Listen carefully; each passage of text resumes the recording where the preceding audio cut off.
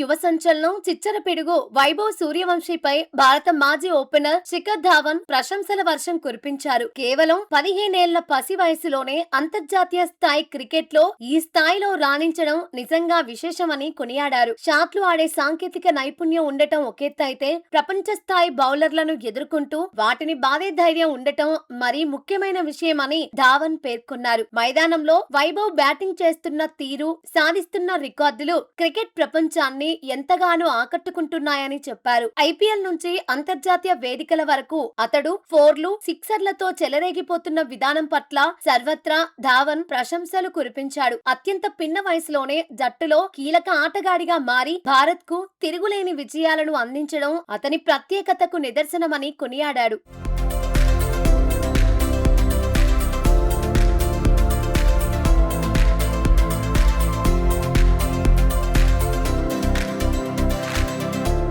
ఇటీవలే జింబాబ్వేతో ముగిసిన 3 మ్యాచ్ల టీ20 సిరీస్ లో వైభవ్ అద్భుతమైన ఫామ్ ను కనబర్చాడు. 3 ఇన్నింగ్స్ల్లో కలిపి ఏకంగా 151 పరుగులు సాధించి భారత్ 3-0తో సిరీస్ ను కైవసం చేసుకోవడంలో కీలక పాత్ర పోషించాడు. ఈ అసాధారణ ప్రదర్శనకు గాను తన కెరియర్ లో తొలిసారిగా ప్లేయర్ ఆఫ్ ది సిరీస్ అవార్డును సైతం ముద్దాడాడు. అంతకుముందు ఇంగ్లాండ్ తో జరిగిన సిరీస్ ద్వారా అంతర్జాతీయ క్రికెట్ లోకి అరంగేట్రం చేసిన ఈ యువ సంచలనం టీమిండియా తరఫున ఆడి అతి పిన్న వయస్కుడిగా చారిత్రక రికార్డు సృష్టించాడు. ప్రతి మ్యాచ్ లోనూ మ్యాచ్ విన్నర్ గా మారుతూ జట్టు విజయంలో కీలక పాత్ర పోషిస్తున్నాడు. ఇన్నింగ్స్ ఆరంభం నుంచే ప్రత్యర్థి బౌలర్లపై విరుచుకుపడుతూ మ్యాచ్ ను తమ వైపు తిప్పుకోవడంలో అతడు సిద్ధహస్తుడిగా మారాడు.